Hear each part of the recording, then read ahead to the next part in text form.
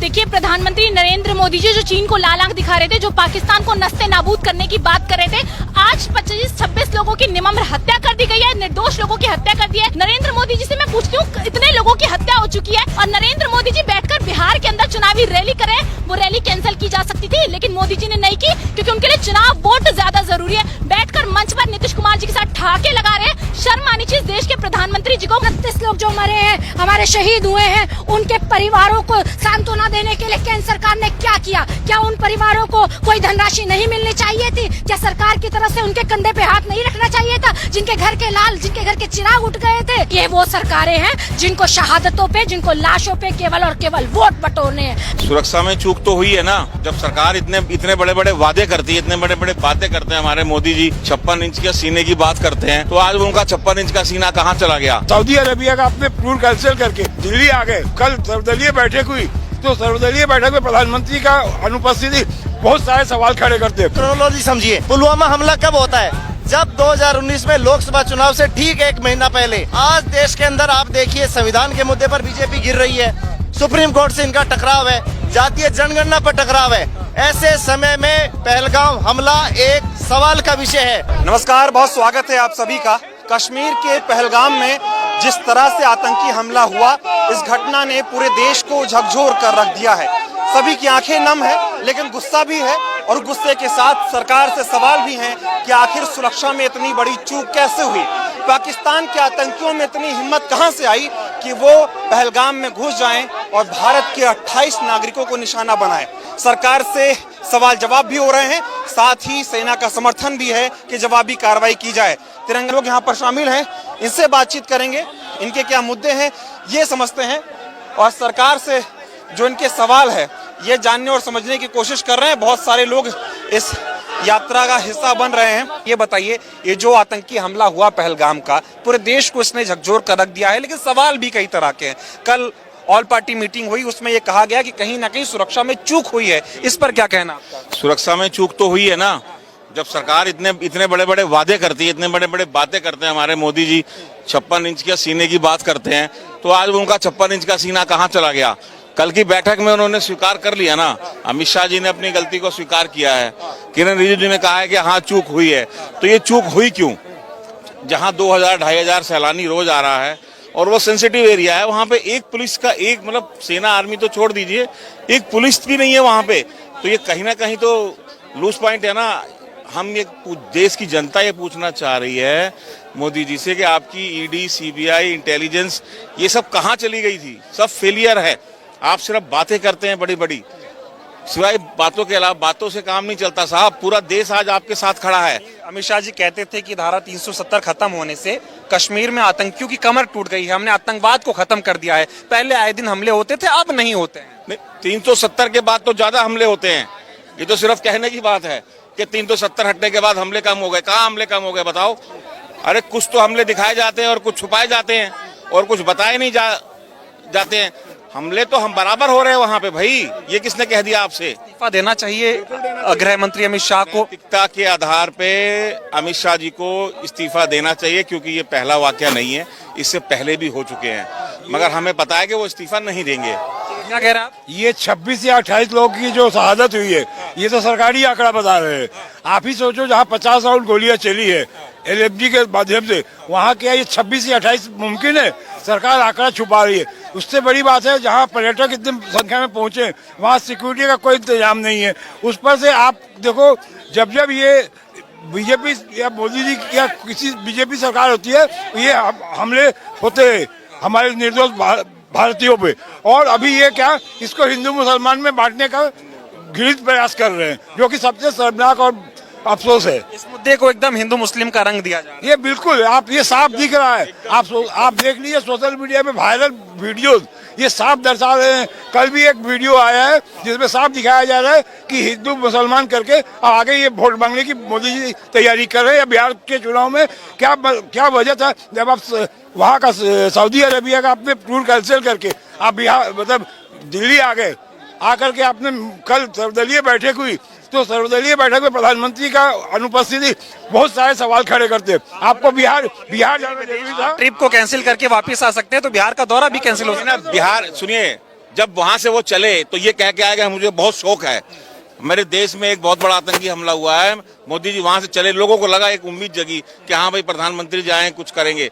Airport पे बैठक करके ऐसा लगा कि पता नहीं अब कुछ होने वाला है, मगर सीधा बिहार चले गए।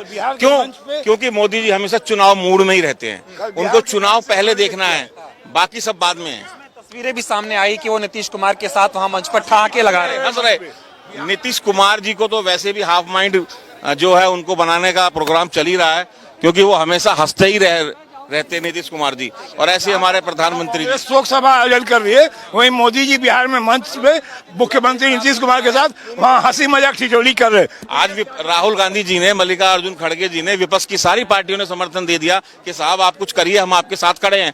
मगर साहब करेंगे कब, ये समझ में क्या किसी का पानी रोक देने से, पासपोर्ट वीजा रद्द कर देने से क्या हमारा बदला पूरा हो जाएगा? बदला ऐसे थोड़ी पूरा हो जाएगा। क्या कहेंगे, जो आतंकी हमला हुआ है, लगातार पाकिस्तान की जो है वो हिमाकत बढ़ रही है, उसका दुस्साहस बढ़ रहा है भारत पे हमला करने। हमारी सरकार की नाकामी है। एक देश का प्रधानमंत्री सऊदी अरब से ये कह गया था कि मेरे देश में सबसे बड़ा आतंकी हमला हुआ है, मैं वहां जाके कार्रवाई करूंगा। वो कश्मीर में नहीं जाके बिहार में जाके रैली निकालता है और वहां से पाकिस्तान को जवाब देता है। उसने अगर थोड़ी बहुत भी सहनशीलता बची है नरेंद्र मोदी में, तो उसे आज ही इस्तीफा देना चाहिए। वो तो कह रहा है ना, पाकिस्तान को एकदम घर में घुस के मार। वहां से कितनी बार पुलवामा आपको याद है, पहलगाम आपको याद है। क्यों इस देश का तो मीडिया है वो सरकार से सवाल नहीं करता है। आज राहुल गांधी से सवाल पूछते हैं। राहुल गांधी केंद्र में मंत्री थोड़ी बैठा है, राहुल गांधी प्रधानमंत्री थोड़ी बना बैठा है। सरकार ने भी माना है कि इसमें सुरक्षा में चूक हुई है, लेकिन सुरक्षा में चूक कैसे हो गई? अमित शाह तो कहते थे कि अब पाकिस्तान की हिम्मत नहीं है, आतंकवाद की हमने कमर तोड़ दी है, दावे भरते। राजस्थान में अभी सीएम बदलाल को एक एनएसए के कार्यकर्ता ने सिर्फ काला कपड़ा दिखाया था, उसको पकड़ने के लिए 70 गाड़ियां लगी पड़ी है सीकर जिले के अंदर पुलिस की, और 26 लोगों को मार दिया जाता है उस जगह पे जहां हमें पता रहता है कि पहले से यहाँ आतंकवादी हमला हो सकता है। उसके बावजूद वहाँ पे एक भी सुरक्षा कर्मी का नहीं होना, इसका पूरी जिम्मेदार बीजेपी सरकार है। पहलगाम में आतंकी हमला हुआ, नरेंद्र मोदी बिहार की रैली से पाकिस्तान को कड़ा संदेश दे रहे हैं, कह रहे हैं आप छोड़ेंगे नहीं, अब हिमाकत मत करना ऐसा कुछ करने की। क्या चुनावी रैलियों से पाकिस्तान को डराएंगे आप? अगर मोदी जी आप देश के प्रधानमंत्री हैं, सर्वदलीय बैठक इतनी महत्वपूर्ण बैठक होती है, आज से पहले भी सर्वदलीय बैठक जब हुई है तो देश के प्रधानमंत्रियों ने सभी पक्षों के लोगों से मिलकर एकजुटता के साथ ये निवेदन भी किया हमेशा कि आप सब एक साथ आइए देश के मुद्दों पे। और हमेशा सर्वदलीय बैठक में इस देश की ये मैं कहूंगी एकता एकजुटता ही है कि हमेशा देश के मुद्दों को सर्वोपरि हमारे देश का हर फ्रंट रखता है। हर पॉलिटिकल पार्टी देश को सर्वोपरि मान के एकजुट होती है। पर मोदी जी आप तो उस सर्वदलीय बैठक का हिस्सा ही नहीं थे। सारे लोगों ने आपसे अपील करी, कल सुबह से लेके मैं ट्विटर पे भी देख रही थी, ट्रेंड चल रहा था। मोदी जी आपने एक पूरे देश की आवाज को सुनने का काम नहीं किया। आज पूरे देश में गुस्सा है इस बात को लेके। कहीं ना कहीं हर युवा के मन में ये बात है कि मोदी जी आप बिहार गए थे ना, बिहार के बच्चे तो रोजगार से तड़प रहे थे, अगर जाना था तो पहले जाते ना, आपकी सरकार थी ना, आपकी। नीतीश कुमार के साथ हंस रहे हैं और जो परिवार जो जिनके अपने शहीद हुए हैं, जिनको गोलियों से भूना गया है, वो रो रहे हैं और प्रधानमंत्री हंस रहा है। देश की बहन बेटियां खून के आंसू रो रही हैं, चाहे पुलवामा हो, हमारी बहन बेटियां कैसे रोई पूरे देश ने देखा। मैं तो उत्तराखंड से आती हूँ, दो हमारे मेजर की शहादत वहां से हुई है, मैं उनको भी श्रद्धासुमन अर्पित करती हूँ। और आज फिर हमारे जो पहलगाम है, 29 भाई इस देश के देशवासी, हमारे अपने भाई, आपके अपने भाई शहीद हो गए हैं। क्या मोदी जी आपको सुध नहीं लेनी चाहिए उन परिवारों की? ना तो अभी तक आज 48 घंटे होने को आए हैं इस घटना को, ना तो आपने एक भी आतंकवाद, आप कड़े नियमों की बात कर रहे हैं ना, कड़ी आंख दिखाने की बात कर रहे हैं, 56 इंची की बात कर रहे हैं, आप कीजिए, पूरा देश आपके साथ एकजुट है, पर जवाब भी दीजिए। आज इतने घंटों के बाद भी कितने आतंकवादी पकड़े गए, आप जवाब दीजिए। आप जवाब दीजिए कि 29 लोग जो मरे हैं, हमारे शहीद हुए हैं, उनके परिवारों को सांत्वना देने के लिए केंद्र सरकार ने क्या किया? क्या उन परिवारों को कोई धनराशि नहीं मिलनी चाहिए थी? क्या सरकार की तरफ से उनके कंधे पे हाथ नहीं रखना चाहिए था? जिनके घर के लाल, जिनके घर के चिराग उठ गए थे, जो जिनके खाने कमाने वाले शहीद हो गए। ना को जो हिंदू मुस्लिम का रंग दिया जा रहा है, कह रहे भाई धर्म पूछा जाती नहीं। बात से देखो, ये वो सरकारें हैं जिनको शहादतों पे, जिनको लाशों पे केवल और केवल वोट बटोरने हैं। मैं धिक्कार करती हूँ मोदी जी, अभी भी शर्म, ये जो हमारे देश के शहीद हैं ना, इनकी शहादतें आपको लताड़ती हैं। शर्म कीजिए, अभी भी समय है, जाग जाइए, न्याय कीजिए। एक शब्द होता है न्याय, इसकी गंभीरता को समझिए। कहते हुए आतंकियों की कमर टूट गई है, 370 के बाद कश्मीर स्वर्ग बन गया है, वहां अमन ही अमन है, और इस तरह से फिर कायराना हमला हो जाता है और सरकार कर नहीं पा रही। दर्शी हूँ, मैं आपको बताना चाहूंगी, मैं भारत जोड़ो यात्रा का माननीय श्री राहुल गांधी जी के साथ कन्याकुमारी से लेकर कश्मीर तक हिस्सा रही। जब हम अनंतनाग में एंट्री हुए थे ना, कदम कदम चप्पे चप्पे पे सुरक्षा बल तैनात थे। क्यों? क्योंकि हम तो तिरंगा लेके चल रहे थे ना, पर उनको उस तिरंगा यात्रा से डर था। आज मैं मोदी जी उसी को उदाहरण मान के आपसे सवाल करती हूँ। जब चप्पे चप्पे पे सुरक्षा बल कश्मीर में तैनात होता है, तो पहलगाम में जहाँ 2000 से ज्यादा पर्यटक एक समय में हिस्सा बने, उस कश्मीर की खूबसूरती को देखने आए थे, अपने परिवार के साथ अब कुछ जो यादें हैं वो यादें लेने आए थे। कश्मीर के लोगों के लिए भी कुछ अच्छा होता। जब लोग आते हैं, पर्यटक आते हैं, उत्तराखंड से आती हूँ, समझती हूँ बहुत सारे क्षेत्र ऐसे होते हैं जो पर्यटकों तो पे ही अधीन होते हैं। पे सिर्फ और सिर्फ राजनीति करने की कोशिश हो रही है। देखिए, मोदी जी का ये पिछले 15 साल होने को आए हैं। मोदी जी का सिर्फ ये काम है, मैंने कहा ना, वो लाशों पे, वो शहादतों पे, वो धर्म पे केवल राजनीति करते हैं। उनको जब जब जिम्मेदारी लेने की बात होती है वो मौन हो जाते हैं, और देश के साथ धोखा, अन्याय ही उनको हाथ पड़ता है। जिन्होंने बहुत प्यार से झोली भर भर वोट मोदी जी और मोदी जी के सरकार के लोगों को दिए थे, जब उनको देने की कुछ बात आती है, जब उनके कंधे पे हाथ रखने की बात आती है, तो मोदी जी के हाथ ठन ठन गोपाल हो जाते हैं। ये दुर्भाग्य है इस देश का। पहलगाम में इतना बड़ा आतंकी हमला हुआ, नरेंद्र मोदी जी को देश की इतनी चिंता है कि वो विदेश का दौरा छोड़ के सीधा बिहार आए और बिहार से पाकिस्तान को लाल आंख दिखाई उन्होंने। देखिए, आज के समय देश को सीमा पार से जितना खतरा है उतना ही सीमा पार के अंदर से है, क्योंकि कुछ छद्म रूप से आतंकवादियों की भाषा बोलने वाले, विडंबना कहिए, शर्म की बात है कि भारत में मौजूद हैं। इस बार आतंकवादियों ने जिस तरह हमला किया और धर्म पूछ के मारा, भारतीय जनता पार्टी और उसके कुछ गुर्गे जो आतंकवादियों की भाषा बोल रहे हैं, बड़ी शर्म की बात है। आज पूरे देश में ये प्रचारित किया जा रहा है कि धर्म पूछ के मारा गया। मैं भारतीय जनता पार्टी और ऐसे गद्दारों से ये कहना चाहूंगा कि जो पार्टी जाति देखकर उनके मुंह पे पेशाब करती है, जो पार्टी जाति देखकर गाय के नाम पर हत्या करती है, सैकड़ों दलितों की हत्या इस भारतीय जनता पार्टी के लोगों ने की है। भारतीय जनता पार्टी जाति देख के उसके कुछ नेता बलात्कार में शामिल है, तो जाति और धर्म के नाम पर बांटने वाले नरेंद्र दामोदर दास मोदी और अमित शाह, उनसे सीधा सवाल है कि पुलवामा के बाद ये पहलगाम हमला क्यों हुआ? आपने कहा कि नोटबंदी के बाद आतंकवाद खत्म हो जाएगा, 370 हटने के बाद आतंकवाद खत्म हो जाएगा, लेकिन इन्होंने देश के साथ गद्दारी की है। सिर्फ देश के अंदर इकलौता एक शख्स था जिसने इसके ऊपर सरकार को बहुत पहले चेताया था, वो थे LOP श्री राहुल गांधी। उन्होंने नोटबंदी के वक्त भी बोला और पुलवामा के हमले की भी वक्त बोला कि देश की आज जिस तरह से चल रहा है, चाहे इंटेलिजेंस हो, चाहे सेना में कटौती हो, उसके ऊपर सिर्फ राहुल जी ने बहुत चाह रहा हूँ कि इस देश में अगर आतंकी हमला हुआ है तो पूरे देश के लिए दुख की बात है। इसको कश्मीर के मुसलमानों के मुद्दे को उन पे सारी चीजें डाल देना, एकदम हिंदू मुसलमान कर देना। जो शहीद हुए थे उनकी चिताओं को आग भी नहीं दी गई थी, उससे पहले ही जो बीजेपी के गिद्ध हैं उन्होंने राजनीति शुरू कर दी। देखिए, ये अमित शाह बोलते हैं ना क्रोनोलॉजी, तो उसी तरह क्रोनोलॉजी समझिए। पुलवामा हमला कब होता है? जब 2019 में लोकसभा चुनाव से ठीक 1 महीना पहले, तो उस समय देश के मुद्दों को गौण करके बिल्कुल जीरो करके ये चुनाव जीतते हैं। आज देश के अंदर आप देखिए, संविधान के मुद्दे पर बीजेपी गिर रही है, सुप्रीम कोर्ट से इनका टकराव है, जातीय जनगणना पर टकराव है। ऐसे समय में पहलगाम हमला एक सवाल का विषय है। क्यों 2000 से ज्यादा पर्यटकों की सुरक्षा नहीं की गई? सेना में 1 लाख से ज्यादा पद खाली हैं, उसके लिए कौन जिम्मेदार है? हमें लगता है कि ये हमला एक साजिश के तहत हुआ है, और जिस तरह हमले की रूपरेखा और हमले के बाद जिस तरह से एक प्रोपेगेंडा सोशल मीडिया पे चलाया जा रहा है, कहीं ना कहीं भारतीय जनता पार्टी को जवाब देना पड़ेगा।